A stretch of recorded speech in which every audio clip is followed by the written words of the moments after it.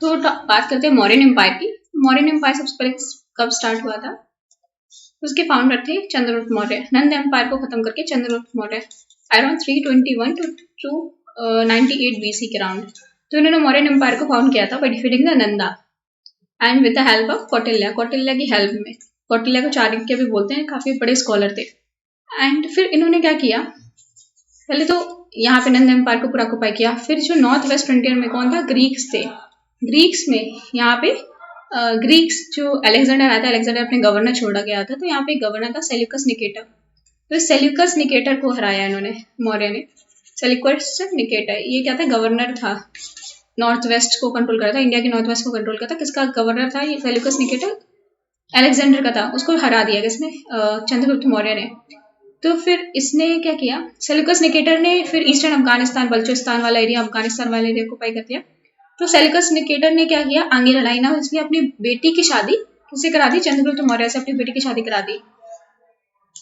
तो Seleucus Nicator, जो Seleucus Nicator है, इसकी बेटी थी, बेटी की शादी इसने करा दी चंद्रगुप्त मौर्य से।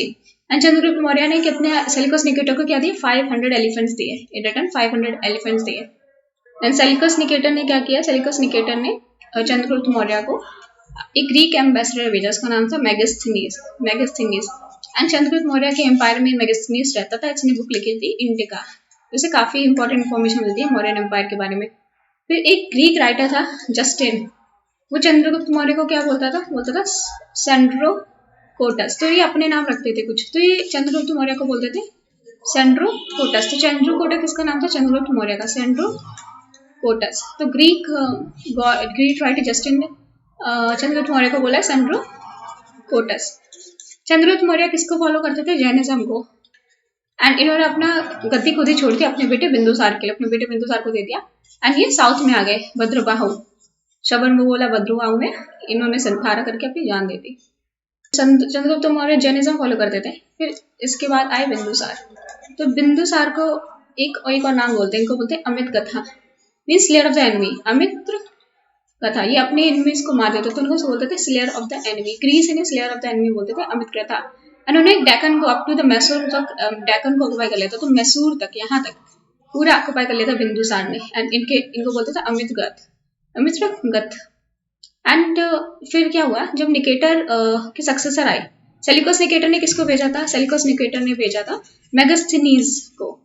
सेल्यूकस निकेटर के सक्सेसर, सेल्यूकस निकेटर के बाद आए ग्रीक में एंटियोकस ने मेगास्थनीज को रिप्लेस कर दिया। तो सेल्यूकस निकेटर ने किसको भेजा था एज एम्बेसडर? मेगास्थनीज। उन्होंने लिखी थी इंडिका।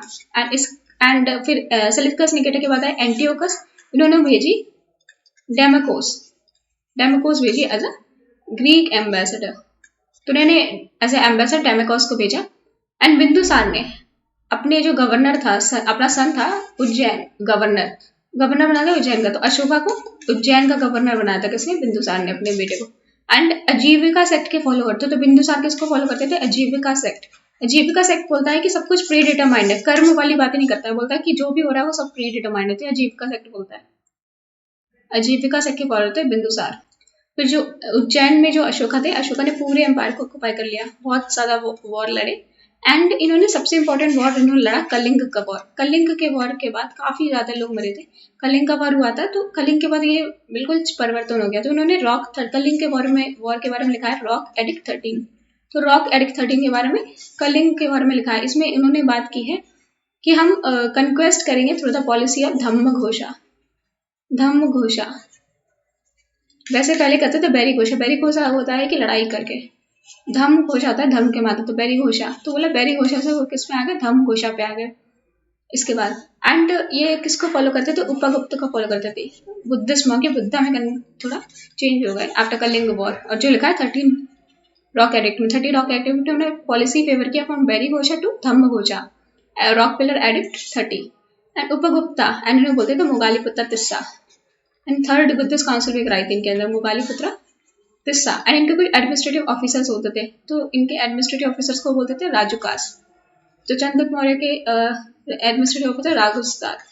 तो इनके पास पावर थी। ये क्या करते थे? जाते थे एंड लोगों को रिवॉर्ड भी करते, जो अच्छे काम करते थे, एंड पनिश भी करते थे। रिवॉर्ड करते जो लोग अच्छे काम करते थे, पनिश करते थे जो लोग बुरे काम करते थे। एंड इधर पहली बार अशोका के टाइम वेलफेयर स्टेट वाली कॉन्सेप्ट आया, वेलफेयर। इन्होंने बोला कि हम पैटर्नल किंगशिप, मतलब हम फादर है, अपनी प्रजा के फादर है, फादर ऑफ ऑल। तो पहली बार वेलफेयर कॉन्सेप्ट आया। आज जो सोसाइटी है वेलफेयर कॉन्सेप्ट पे चलती है, तो पहली बार अशोका के टाइम वेलफेयर कॉन्सेप्ट आया। एडमिनिस्ट्रेटिव ऑफिसर्स को क्या बोलते थे? राजुकास। ये क्या करते थे? और रिवॉर्ड करते थे, अच्छे काम करते थे, एंड पनिश करते थे जो पूरे काम करते थे। राजुकास एडमिनिस्ट्रेटिव ऑफिसर्स थे। अशोका एकदम कलिंग के वॉर के बाद उसने किस एडिक्ट पे लिखा? 13 रॉक एडिक्ट में कलिंग वॉर के बारे में लिखा है।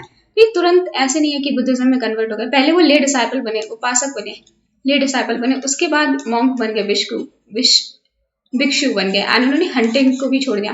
फिर उन्होंने धम्म यात्रा की, कहाँ पे? सारनाथ गए, सारनाथ बोध गया गए, एंड इन्होंने ऑफिशियल को अपॉइंट किया।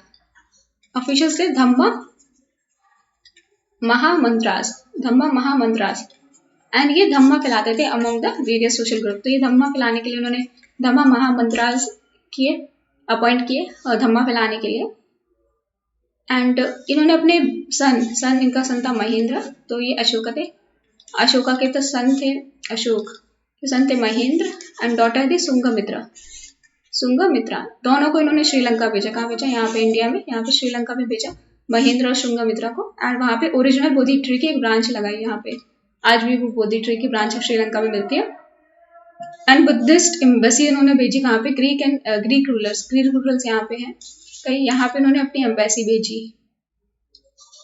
उन्होंने थर्ड बुद्धिस्ट काउंसिल कराई, और यहाँ पे कौन प्रेसाइड किया था? मोगालीपुत्र तिस्सा और रूपगुप्ता। थर्ड बुद्धिस्ट काउंसिल फर्स्ट किसने कराई थी? अजातशत्रु, सेकंड काल अशोक, एंड थर्ड ये कराई है हमारी अशोक ने, एंड मोगालीपुत्र से प्रेसाइड किए थे इसमें। एंड इन्होंने क्या बोला? धम्मा का मतलब क्या? धम्मा का मतलब है कि आप सोशल ऑर्डर प्रिजर्व करने के लिए, एंड अच्छे से बिहेव करो कि आपको स्वर्ग मिले, हेवन मिले। एंड उन्होंने बोला कि इन्होंने कभी ये नहीं बोला कि निर्वाणा अटेन करना ये प्राइमरी गोल है बुद्धिज्म का। उनको नहीं, निर्वाणा अटेन करना नहीं है। उन्होंने बोला कि आप सोशल ऑर्डर मेंटेन करो और टॉलरेंस बढ़ाओ, एंड तो कोई सेक्टेरियन पाथ नहीं था, क्योंकि अगर सेक्टेरियन पाथ फॉलो करते सब लोग बुद्धिज्म अपनाने को बोलते तो ब्राह्मण गुस्सा हो जाते। इसलिए उन्होंने बस बात की टॉलरेंस की, एंड सोशल ऑर्डर की, ये सारी नॉर्मल बातें की उन्होंने। यही था उनका धम्म। तो Ashoka dhamma was a way of life. तो उनके धम्म में क्या बोलते थे कि फादर मदर की पूजा करो, फादर मदर की सर्विस दो, टीचर्स को रिस्पेक्ट दो, एंड प्रैक्टिस अहिंसा मीन्स नॉन वायलेंस, एंड सच्चाई से प्यार करो। तो गांधी जी भी यही बोलते थे। फिर एनिमल सेक्रीफाइस नहीं करो, स्लॉटर नहीं करो, एंड फेस्टिव गैदरिंग और मीनिंग्स रिचुअल्स, मतलब रिचुअल्स के अगेंस्ट थे। उन्होंने बोला कि ह्यूमन ट्रीट करो, जो सर्वेंट्स है उनका भी अच्छे से ट्रीट करो, प्रिजनर्स, गवर्नमेंट ऑफिशियल्स प्रिजनर्स के अच्छे से ट्रीट करें। और उन्होंने बोला कि कर्टसी टू द रिलेशंस, कि रिलेशंस के बीच कर्टसी होनी चाहिए, एंड लिबर्टी, ब्राह्मण्स को लिबर्टी दो, एंड सारे रिलीजियस सेक्ट के खिलाफ के लिए टॉलरेंस होनी चाहिए। एंड उन्होंने बोला कि कन्क्वेस्ट करो धम्मा, वॉर नहीं करो, वॉर में बहुत जाने जाती है, धम्मा के थ्रू लोगों को जीतो। फिर जो कंधार इंस्क्रिप्शन था वो वेरियस इनकी अशोका की वेरियस पॉलिसीज के बारे में बताता है कि कितना सक्सेसफुल था इनका धम्मा। कई फिशरमैन ने जो फिशिंग थी एंड हंटर्स थे, उन्होंने अपनी प्रैक्टिस छोड़ दी और एग्रीकल्चर करने लगे। तो बताता है कंधार इंस्क्रिप्शन। एडमिनिस्ट्रेशन की बात करें तो कौटिल्य ने एडमिनिस्ट्रेशन लिखा था, तो कौटिल्य सपोर्ट करते थे। तो कौटिल्य कभी भी एब्सोल्यूटिज्म की बात नहीं करते थे कि राजा चाहे वही चले, तो ये बोलते थे कि मंत्री परिषद होना चाहिए, जैसे अभी होती है काउंसिल ऑफ मिनिस्टर, फिर प्राइम मिनिस्टर को एडवाइस देती है, प्राइम मिनिस्टर डिसीजन लेता है। उसी टाइम कौटिल्य ये बोलता है कि कभी एब्सोल्यूटिज्म नहीं चलनी चाहिए। तो काउंसिल ऑफ मिनिस्टर को बोलते थे यहाँ पे मंत्री परिषद, उसको बोलते थे मंत्री परिषद। एंड ये किंग को असिस्ट करते थे काउंसिल में, जैसे आज काउंसिल ऑफ मिनिस्टर असिस्ट करती है किंग को, वैसे प्राइम मिनिस्टर को असिस्ट करती है, वैसे ये प्राइम मिनिस्टर किंग होता था एंड काउंसिल ऑफ मिनिस्टर को मंत्री परिषद बोलते थे। काउंसिल में कौन कौन से होते थे? जैसे अभी बहुत सारे मिनिस्टर हैं, जैसे इसमें होते थे पुरोहित मीन्स प्रीस्ट भी होते थे, महामंत्री सबसे बड़े मंत्री, जैसे होम मिनिस्टर मान लो, फिर सेनापति डिफेंस मिनिस्टर मान लो, एंड युवराज। तो ये सारे मंत्री होते थे इसमें, पुरोहित, महामंत्री, सेनापति, युवराज। सिविल सर्वेंट, जैसे आज के आईएएस ऑफिसर को बोलते थे सिविल सर्वेंट, कैबिनेट सेक्रेटरीज बनते जो अमात्यास बोलते थे, वो डे टू डे एडमिनिस्ट्रेशन बोलते थे। जैसे आईएएस ऑफिसर के एग्जाम होता है यूपीएससी, उस टाइम भी ऐसे काफी रिग्रेस कलेक्शन मेथड था। एंड किसने डिसाइड किया था? कौटिल्य ने। तो chief of the revenue department, ये रेवेन्यू कलेक्ट करता था, इसे बोलते थे समहर्ता। ये chief of the revenue department, ये रेवेन्यू को कलेक्ट करता था। फिर जो रेवेन्यू कलेक्ट हो गया, अब उसकी कस्टोडियन कौन करता था? उसका नाम था सनीधाता। तो सनीधाता क्या करता था? जो पैसा कलेक्ट हुआ है उसको ट्रेजरी को मतलब कस्टोडियन चीफ कस्टोडियन ट्रेजरी से बोलते थे सन्निधाता, एंड समहर्ता से बोलते थे collection of the revenue of the department. सन्निधाता chief of the revenue department, the charge of collection of all the revenue. तो सारे रेवेन्यू को कलेक्ट करने का काम था समहर्ता, समहत्रा, तो कलेक्शन ऑफ द रेवेन्यू था Samaharta, and Sannidhata treasury, chief custodian treasury. फिर कॉमर्स एंड इंडस्ट्री की बात करें तो कॉमर्स एंड इंडस्ट्री में custom duty, foreign affairs, weight and measures, इसे कौन कंट्रोल करता था? इस ऑफिसर्स होते थे कॉमर्स इंडस्ट्री को, अध्यक्ष ऑफिसर्स होते थे. Custom duty, foreign affairs, weight and measures. Commerce industry को देखने के लिए थे अध्यक्ष, एंड रेवेन्यू को कनेक्ट करने के लिए थे समहर्ता, एंड ट्रेजरी को देखने के लिए थे सन्निधाता. ट्रेजरी को चीफ कस्टोडियन ट्रेजरी सन्निधाता. समहर्ता नाम से ही देख सकते हैं, सम को हर रहा है मतलब समहर्ता, सम को कलेक्ट कर रहा है, सम को कलेक्ट करना मतलब पहले से कलेक्ट कर रहा है. और सन्निधाता, सन्निधाता देखो धाता है, ये धाता विधाता, तो ये जो सम है कलेक्ट करने के बाद उसको देख रहा है, मतलब उसको ख्याल रख रहा है, ट्रेजरी का ख्याल रख रहा है. फिर हमारे अध्यक्ष कौन होते थे? अध्यक्ष जैसे कस्टम ड्यूटीज लगानी है, फॉरेन अफेयर्स को डील करना है, वेट एंड मेजर्स डिसाइड करने हैं, तो ये ऑफिसर, इनके लिए ऑफिसर थे. कॉमर्स इंडस्ट्री के लिए स्पेशल ऑफिसर थे अध्यक्ष. ये किसके लिए थे? कॉमर्स इंडस्ट्री के लिए स्पेशल ऑफिसर थे, ये थे अध्यक्ष. तो जुडिशियल चीफ कौन होता था सुप्रीम कोर्ट का? उसको बोलते थे, जैसे अभी चीफ जस्टिस ऑफ इंडिया है, उसे बोलते थे धर्माधिकारी. धर्माधिकारी तो धर्म का अधिकारी मतलब धर्म को देखने वाला, तो ये चीफ जस्टिस ऑफ इंडिया होता था. एंड सबऑर्डिनेट कोर्ट अमात्यास होते थे, जैसे आईएएस ऑफिसर नहीं मजिस्ट्रेट बन जाते हैं तो वो, और जेल भी इन्हीं के अंडर होते थे. तो आईएएस ऑफिसर ये सब देखते थे, जैसे आईएएस आईपीएस, तो अमात्यास ये देखते थे. मजिस्ट्रियल पावर थी अमात्यास के बाद. Lower officer district subordinate courts में जैसे chief justice of India Dharmadhikari था. एम्पायर काफी बड़ा था, तो इसमें 4 प्रोविंसेस डिवाइड किए गए. जैसे इंडिया में आज बहुत सारे 28 स्टेट्स, सबसे सामने 4 प्रोविंसेस डिवाइड किए गए.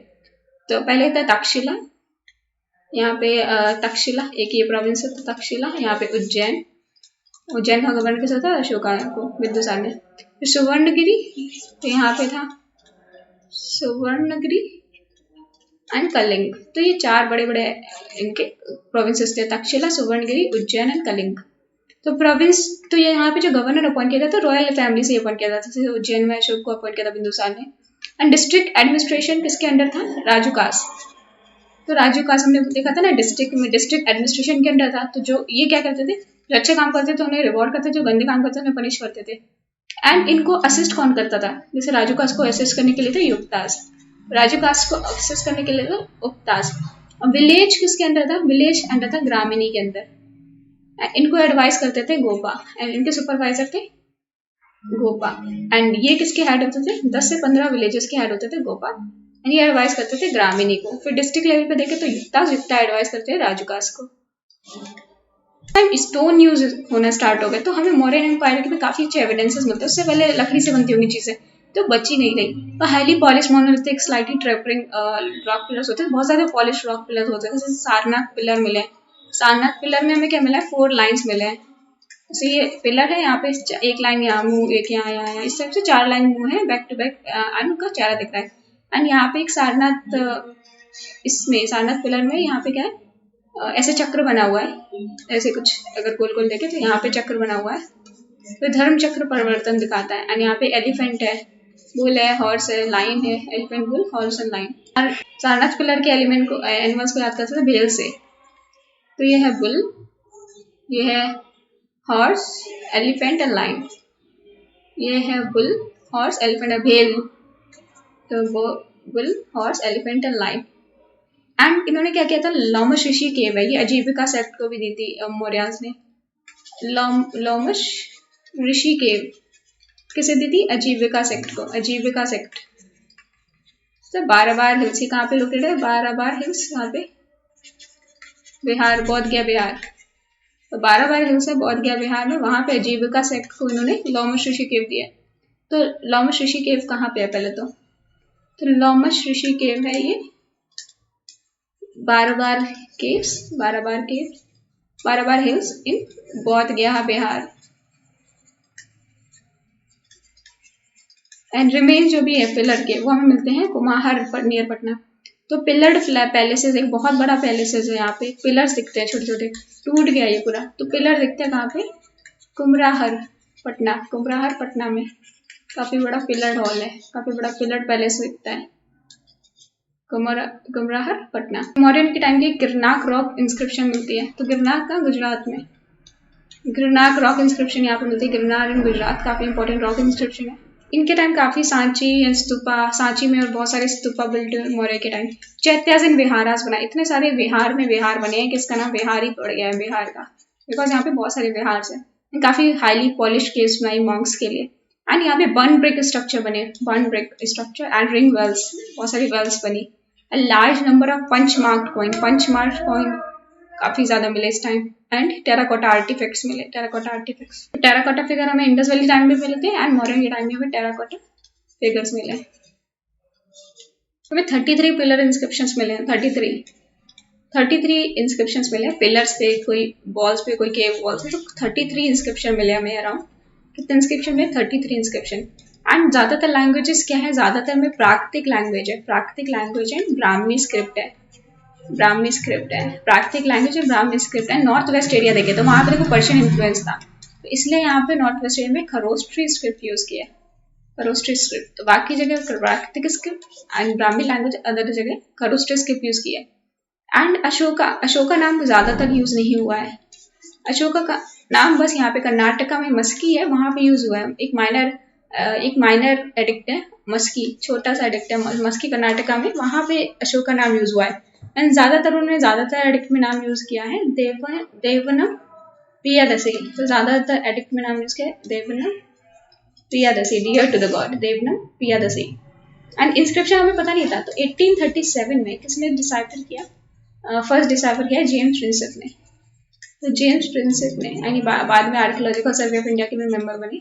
आर्कियोलॉजिकल सर्वे निकलना था 1861 में, तो इन्होंने उससे पहले 1837 में जेम्स प्रिंसेप ने ढूंढा था, पता लगाया कि इंस्क्रिप्शंस पे क्या लिखा है 1837 में। तो इंपॉर्टेंट रॉक एडिक्ट्स की बात करें तो ये इंडिया का मैप है कुछ इस टाइप से। तो ये यहाँ पे है हमारा ये पूरा मौर्यन एम्पायर था, यहाँ से लेके यहाँ तक, यहाँ से लेके ये पूरा। यहाँ पे है कांधार, कांधार में है, फिर मिला है शाबशगिरी, शाबशगिरी में। यहाँ पे कलसी, कलसी, यहाँ पे दिल्ली टोपड़ा,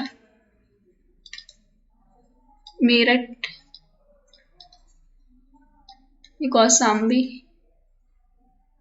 इलाहाबाद, ये है लौरिया नंदनगढ़,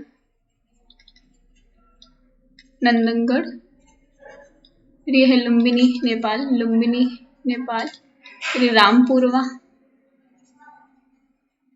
फिर लौरिया अरजरज, लौरिया अरजरज, फिर ये हमारा धौली, यहाँ पे है जौगड़ा, ये अमरावती, ये है येरागुड़ी, ये है सोपरा, यहाँ पे है सारनाथ,